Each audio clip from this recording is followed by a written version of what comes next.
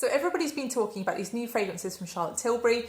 I've bought the sample set and I'm just going to walk you through each of these 6 fragrances, tell you what I think of them, whether they remind me of any other fragrances that I've previously smelt, and I'm also going to rank them in my order of preference at the end of the video. So if you haven't seen me before, I'm Claire Smith. I make videos all about perfume, perfume science, perfume history, perfume psychology even, and I also just do some straight perfume reviews and also fun perfume tags.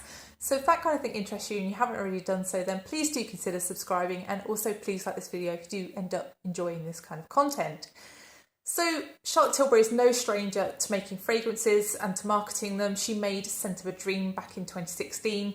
And that fragrance I don't think did too well for her, but I actually own that one. I thought it was a very distinctive, very out there, very original kind of fragrance. But I think that was probably its undoing because it was quite so distinctive. It just wasn't very designer market kind of friendly.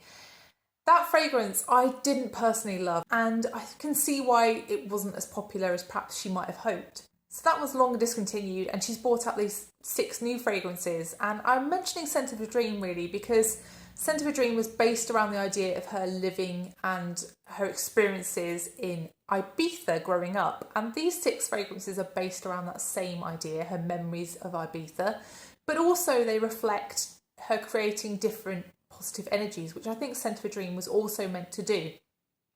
So these 6 fragrances are meant to create different positive energies in the wearer, different emotions in the wearer, almost a bit like the idea of chakras almost. But really these fragrances are also packaged in bottles that are different colours, that have different symbols, different numbers on them, and those things are also meant to boost the idea of positive energies and emotions in the wearer. But each of these fragrances also contains particular ingredients which are said to be scientifically shown to evoke those emotions in the wearer. So happily these fragrances are all vegan and cruelty free, so everybody can wear them, and also they retail for £130 for 100ml or £20 for a 10ml travel spray, or you can get this sample set 6 fragrances for £25, which is what I went for. So these fragrances are actually manufactured by Puig for Charlotte Tilbury. So they bought Charlotte Tilbury's brand a few years back. She's actually just the creative director of the brand. She doesn't own it anymore. But Puig own a number of other brands. So they own Penhaligons, Paco Rabanne, also L'Artisan Parfumeur and Dries Van Noten. So actually they make fragrances for loads of different brands, and I was really interested to try these. So, as Charlotte might say, darlings, let me walk you through these fragrances. So the first one that I've tried is called More Sex. More Sex is meant to, unsurprisingly, evoke feelings of seduction in the wearer, and Charlotte Tilbury's team have gone away and they've given these fragrances to 100 people over a week, or around 100 people over a week, and they've asked them, do you feel whatever emotion each fragrance is trying to evoke? And for this one, they asked them, do you feel more seductive? And 84% of people did say that they felt more seductive after a week. This fragrance is actually formulated by Anne Filippo, and it contains the notes of sandalwood oil, leather accord, and also a velvety musk, which is supposed to evoke those feelings of seduction in the wearer. So what did I think of this one? Well, it's really a very soft, very close to skin, very intimate kind of fragrance. So I was taken aback really by how quiet this fragrance is. But I guess if it's meant for seduction, that's probably making sense. This one really is a very soft, warm, supple, powdery leather, almost like a suede really, more so. But it doesn't really have the texture that suede has. This fragrance also has some noticeable cashmere in here. It definitely does have that kind of muskiness that cashmere brings to fragrances. But you know, cashmere can sometimes be a bit cloying, and I do get that here. As this dries down further, you get more of the sandalwood, and the sandalwood is a little bit milky, a little bit spicy, also a little bit woody. And I think that's really my favourite stage of this fragrance. I think really overall this fragrance did remind me of a few other things I've smelled. It did make me think of molecular fragrances, I think probably because of what's in this fragrance. So it made me think of Glossier You, it made me think of other fragrances along those lines. But I think this one isn't like any of those in particular. It just has that sort of feeling. This one also made me think of a mixture of 2 Penhaligons fragrances. So I recently reviewed the Penhaligons Potions line, which is actually made by some of the same perfumers, not Anne Filippo though. And there are 2 fragrances in that line that this one seems to be sort of mixing the 2 ideas of, which I find kind of interesting because Penhaligons and also Charlotte Tilbury are made by Puig. So I would say this one is really a mixture between Kiss of Bliss and also Balm of Calm in that range. If you kind of melded those two together, you'd probably get something along the lines of this. Somebody who absolutely loves leather and fragrance, who absolutely loves suede in fragrance, this just wasn't it. It didn't have the right texture for me for it to be a really good suede fragrance or a really good leather fragrance. So for that reason, this one wasn't for me. But I think if you are someone who absolutely loves molecular style fragrances, this really could be the one for you. But bear in mind, it is close to skin and it is a very quiet fragrance overall. So the next fragrance that I tried was called Love Frequency, and this one again was formulated by Anne Filippo. And actually this was supposed to evoke feelings of love, unsurprisingly, in the wearer, and 84% of people in consumer testing agreed that they did get that feeling. And the key ingredients in this one are cashmere and also rose essential. So what did I think? Well, this is really a very kind of peppery, slightly spicy rose. It really makes me think along the lines of a rose that's more in the style of a Turkish rose or something that's maybe with geranium even. It's that kind of style of rose. So it's got like a fresh pinkness to it, but also a dry spiciness that you quite often get with geranium. As this dries down, it gets a bit woodier, perhaps with some patchouli, but it also gets very musky. And the muskiness here is coming from cashmere again.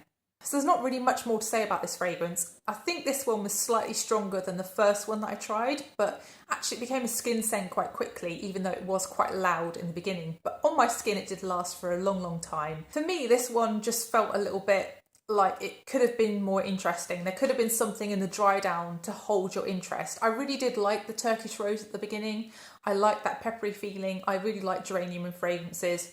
But this one just fell a bit flat towards the end, and I just was looking for something a bit more to keep my interest. I also was a bit disappointed that this one just seemed to be a bit of a carbon copy of another fragrance that I've recently tried, and that's Penhaligons Liquid Love, which that fragrance is actually at a higher price point. So if you are interested in Liquid Love, you might want to look at this one because I think they are quite similar. But you know, again, peppery rose fragrances are really quite common, aren't they, in the fragrance world? This isn't really any kind of groundbreaking DNA. So maybe that's why there are two very similar fragrances in these two lines. I just can't see this one being a bestseller. As much as I like it, I just can't see that it's very distinctive. It just doesn't have something to make me want to run out and buy this one. So the next fragrance I tried was called Joyphoria, and this again was formulated by Anne Filippo. And this fragrance is meant to evoke feelings of happiness. So 91% of people agreed that it did give them that feeling of happiness. And this has keynotes of Ylang Ylang and vanilla.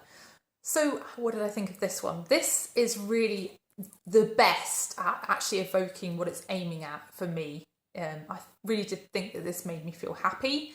But also on paper, let's be fair, this is a bit of me. I really like sunny florals.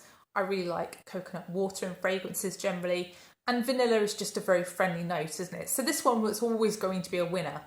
So this really opens with a very yellow, sunny, bright, happy feeling, banana-y Ylang Ylang, and that really continues into the dry down, but it does fade a little bit as it goes. Also along with that in the opening are some jasmine and some tuberose, but I would say that the jasmine fades as it goes along, whereas the tuberose just increases. Also, there's some sweetness, I think that's probably the vanilla, and there's also a tropical feel here, and I guess that's the tropical florals, but it's probably also the coconut water. It really does make me think of a tropical island when I first spray this. I think this fragrance, as it dries, the tuberose really comes to dominate, and it turns into a musky tuberose, but still with a lot of sweetness and still with that sort of tropical sunny feeling in the background. After a while, this fragrance just smells golden. It really makes me think of somebody with bronzed skin slapping on sun cream on a beach. That's really the feeling I get from this. I think this fragrance just is that kind of vintage 80s sun cream kind of smell, really. I think if you like fragrances like Bronze Goddess, if you like fragrances like Terracotta, if you like Ylang in Gold, you might really like this fragrance. And I found this one really strong, actually. When I first sprayed it, it is the one that is the strongest from the beginning. And I think this one really lasts a long time on skin as well. It's got really good longevity. This fragrance did also make me think a little bit of Alien Goddess Intense as well. I really like this one. I just thought it was really happy, really sunny. The only things against this one are really that it's a little bit sweet in the opening, and it's quite sweet throughout, but really in the opening it's very sweet. And also in the dry down, there was something when I sniffed up close that I wasn't so sure about. But you know, who sniffs up close unless you're a fragrance reviewer? Probably nobody. So I would recommend this one. I really do think this one is going to be the most successful of this collection. I think it's the friendliest, the easiest. And also because of the launch time of this collection, I just think this one's going to be the best seller for summer. So that's Joyphoria. So the next fragrance I tried was called Magic Energy, and this one was formulated by Juliet Karagazoglu. And this fragrance is supposed to evoke feelings of energy, and 98% of people in consumer tests agreed that it did. And this has keynotes of bergamot, cypress, and also Palo Santo. So what did I think to this one? Well, I'd sum it up as being a sweet, herbal, creamy, woody fragrance. I think that's about covering it. It is quite a complicated one, this. So it opens with something that's kind of licoricey almost, but a very gentle licorice, almost more like an anise or even gentler than that, something like a fennel. But there's also a feeling of menthol in this fragrance, again, very gentle. And looking at the notes, I think the thing that explains that really is the myrtle. I'm never going to pick out myrtle. I don't know what myrtle smells like, but I think that's really the only thing that's left that could cover those kinds of smells in this fragrance. For me, this has a freshness in the beginning as well, which does sort of stay throughout the fragrance, and I think that's the seaweed. So the seaweed in this fragrance is kind of giving it some greenness, but also some saltiness. And I actually asked somebody else what they thought this fragrance smelt of, and their answer was holidays. And I asked them to try and explain and expand on that, and they couldn't really tell me actually. But I think it's that kind of beachy, fresh kind of smell that you get with the seaweed in this fragrance. So the interesting thing about this fragrance is even though it's herbal, even though it's green, even though it's salty with that seaweed, it's not bitter at all. It's very, very sweet, this one. And I think that's probably deliberate because I think it's made it a friendlier fragrance. The myrtle in this fragrance really calms down, but you're definitely left with that seaweedy smell. As this dries down further, it becomes creamier, and it also begins to make me think of forests, pine forest, dry pine forests really. The far dry down of this is just creamy, textured woods. Definitely has a density to it, definitely has a texture to it. This fragrance I just think is the most interesting one here. I think you're definitely going to have an opinion on it. It's going to be love or it's going to be hate. There's not really much in the middle with this one, and I think it's very distinctive. But also this fragrance does remind me of another fragrance that I've smelt. So this one reminds me of Hydra Figue from Miller Harris. So that fragrance in the opening has ginger and ouzo. And I guess those two notes could be what I'm thinking of with the myrtle perhaps. So that sort of gives it a very fresh kind of licoricey feel. And this also has that kind of fresh licoricey feel. Also that fragrance has a sea note, kind of, you know, beachy freshness about it. This also has a beachy freshness about it. And also that fragrance has fig, which comes off sometimes to people as creamy woods like sandalwood. And in this fragrance, there's Palo Santo, which is what's giving it that creamy woody feel. So you can see where I might be coming from with comparing those two fragrances. They do have elements that echo each other. But really, this fragrance doesn't make me directly think of anything else in particular, but it was incredibly familiar to me when I smelt it. And I think as well, this fragrance does make me think of Balm of Calm a little bit from Penhaligons. But they really aren't exactly carbon copies of each other. They just both have that kind of creamy, woody dry down with a bit of a herbal feel in the beginning. So yeah, this one, definitely interesting, definitely distinctive, quite loud to begin with, one of the stronger ones here, but it does calm down quite quickly. I'm not particularly in love with this one, but I think this will have its fans. I think if you really like kind of beachy, fresh kind of fragrances, if you want something a little bit different, I think if you like things like Wood Sage and Sea Salt by Jo Malone or things like that, or even Hydra Figue from Miller Harris, you'll really like this one. So that's Magic Energy. So the next fragrance I tried was called Calm Bliss, and this one again was formulated by Anne Filippo, and this is supposed to evoke feelings of serenity in the wearer, and 93% of people asked actually said that it did make them feel calmer. This has keynotes of watery accords and also neroli in this fragrance to give you that feeling of serenity. So this fragrance opens quite fresh, quite aquatic, but also quite aromatic. And I think listed here is lavender, neroli and bergamot. And I would say really it's just a very, very soft pillowy feeling lavender fragrance. You know, lavender can be quite sharp sometimes, can't it? And this is not a sharp fragrance in the slightest. It's very, very fluffy feeling. It's got a lot of texture to it. So very early on, this fragrance really makes me think of those blue pots of Nivea cream. It has that kind of texture, that kind of smell, that kind of density to it. But also this fragrance makes me think of solar fragrances. It feels a little bit bright. It feels almost like, you know, a whitener, an optical whitener, an optical brightener put in a laundry detergent. As this fragrance goes into the final dry down, it really turns into a very soapy feeling clean musk. It's almost on the verge of a laundry musk, this fragrance. It definitely has a lot of texture. It's really quite a big one. It quite projects quite well. Even though it's quite a soft fragrance, it's just quite big. And I think that's probably the cashmere and probably also some ambroxan. So this fragrance, it was an immediate recognition for Dropped Issey by Issey Miyake.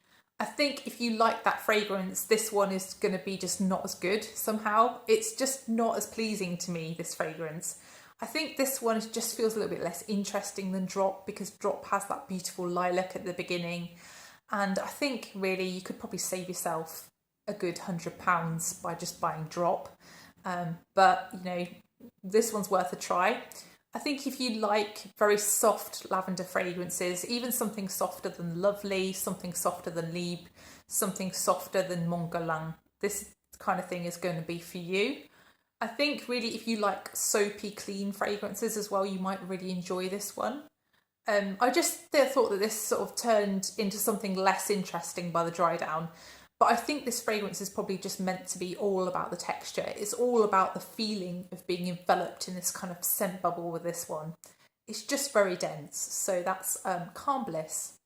So the final fragrance is one called Cosmic Power, and this was formulated by Dominique Roupillon. And this fragrance is meant to empower you. So 93% of people, when they were questioned, said that it did. And this has keynotes of cinnamon, clove, black pepper, vanilla and amber. So how did this smell? Well, this one is a warm, powdery, ambery vanilla fragrance, but with a resinous feel to it, but also with a gourmand kind of twist. So this also has cinnamon listed and also clove. And I think if you are scared of spices in fragrances, if you really don't like that, this is a very friendly one. This is just a general warmth. There's nothing sharp or spicy here. It's not like, you know, a big red kind of cinnamon. There's nothing really overtly clovey about this fragrance at all. So as this dries down, this fragrance turns almost cocoa-y to me, and that kind of chocolatey feel in this fragrance I think is probably my mind playing tricks with the other notes in this fragrance. So I think it's the powdery vanilla combined with the resinous feel and also the warm amber along with the cinnamon that's making me think of chocolate. I just find this fragrance very gourmand leaning, and I think this is going to be something that's going to please a lot of people actually. This one just is quite a delicious vanilla fragrance really overall, but it's something that is quite subtle. I think if you're not a big gourmand lover, you could still like this one. So what do I think of Cosmic Power? I think this is just generally very popular type of DNA, and it's something that we've seen a lot from Dominique Roupillon. If you think about the other fragrances he's made recently, so Babycat, also that fragrance he made for Penhaligons that I've completely forgotten the name of, they aren't the same, but they definitely have that same kind of powdery vanilla-y base to them that I think is quite popular right now, that warm ambery vanilla. And I can see this one being successful like his other two fragrances. I think this fragrance really is interesting from my point of view because of the powdery cocoa feel that clearly isn't listed in the notes, but it just seems to be elicited from that combination of notes in this fragrance. And also, I think this fragrance actually makes me think of the Montal and Mancera style of warm, ambery, powdery musks with vanilla. I think this fragrance would fit right in as a Mancera or a Montal fragrance. And it actually makes me think a lot of Choco Violet by Mancera. I think if you took the violet out of that fragrance, this one would be not so far away actually. So yeah, I like this. I did think that it lasted a decent amount of time. I didn't think it was beastly, but I did think it did project. And I think this one's going to be a good seller for them. So that's Cosmic Power. So now my final thoughts on these fragrances. There's really nothing here that I strongly dislike. There are ones that I favour over others, but you know, in general, there's nothing terrible here. Okay, there are some aroma chemicals. There's definitely some cashmereing going on. pretty much in every one of these fragrances, and if that bothers you, that might put you off. There's definitely some ambroxan hanging around here as well, but really there was nothing too bad here. And I think really if you have smelt a few fragrances in your life, there's nothing revelatory here. There's nothing you probably haven't smelt before, but I do think these hang together well as a collection, and they do seem to elicit the feelings that they're aiming at. They do actually fulfill the brief. And I think they've covered a lot of ground here as well. I do think that I see similarities with other ranges that are made by Puig. So I see similarities, for example, most definitely in Love Frequency versus Liquid Love. And that disappoints me slightly. But this range is much more reasonably priced. And this range has travel spray, so that's definitely a tick for Charlotte Tilbury. So now I'm going to rank these fragrances in my order of preference. So number 6 is More Sex. I just didn't think this was a very good suede-y, leathery fragrance. I really like suede and leather in fragrances, and this one just really disappointed me. And I think there are better molecular fragrances out there. I would just choose Glossier You over this one any day. And it was just too soft. If you're paying that much money, if it's not specifically a skin scent, if it's not marketed as a skin scent, then I think you want a little bit more longevity, a little bit more power than that fragrance was. So that's number 6, More Sex. Number 5, as nice as it was, I'm putting as Calm Bliss. So Calm Bliss just disappointed me because it's very similar to Issey Miyake's Dropped Issey. And Dropped Issey, you can get a 50ml for £30. So I just don't see the need to buy this one when I don't like it as much for £130 for 100ml. That's why I'm putting that one at 5. If you like clean soapy fragrances though, that's the one to check out. 3 and 4 I've really debated over, because number 4, I don't enjoy it personally, but I do think it's the most inventive fragrance here, and that's Magic Energy. So it's just a bit weird. I just don't really like that kind of seaweed feel in this. I just think that it doesn't really hang together for me. I do like that kind of licoricey, fennelly feel at the beginning. I think that's interesting. I like the use of myrtle, and I like the creamy woods, but I just think they could have made it better if they hadn't made it quite so sweet. It's just very, very sweet, and that I find that a little bit jarring with a herbal fragrance being sweet. So that's why that's number 4. Number 3 was Love Frequency. It just is something I've smelt so many times before, and it's fine, but it just didn't excite me. It's a peppery rose. You know, there are lots of peppery roses out there, probably much cheaper than this fragrance, but it was long lasting and I did enjoy it. Number 2, I'm going with Cosmic Power. As much as vanillas aren't my bag, this one was a nice one. I like the chocolatey feel to it, and I can see people really enjoying this fragrance, but it is something I've smelt lots of times before in other Dominique Ropignon fragrances, so that's why that's number 2. Number 1 is going to be Joyphoria. It just did what it said on the tin. It made me happy. It made me smile. It just had the feeling of sunshine in it. And I think, you know, as sweet as it was, it still was a lovely fragrance, and it lasted a long time. And I really like that banana-y feeling, yellowy Ylang Ylang. I really like white florals. It was just a winner for me. So that's Joyphoria. So if you've got this far, then please do press the like button if you have enjoyed the video. And also please consider subscribing if you haven't done already. And please let me know, if you have the sample set, how would you rank these fragrances? Which one was your favourite? If you haven't tried them, which one are you most interested to try out? So thank you so much for watching, and I'll see you in the next one. Bye.